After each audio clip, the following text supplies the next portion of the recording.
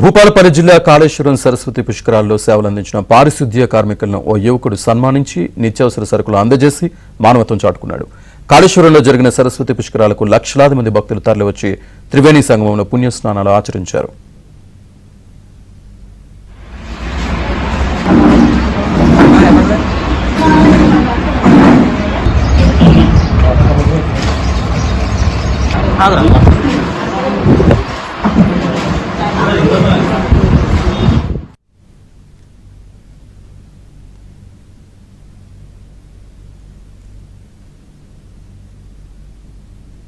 చాటుకున్నాడు. కాళేశ్వరంలో జరిగిన సరస్వతి పుష్కరాలకు లక్షలాది మంది భక్తులు తరలివచ్చి త్రివేణి సంగమంలో పుణ్యస్నానాలు ఆచరించారు.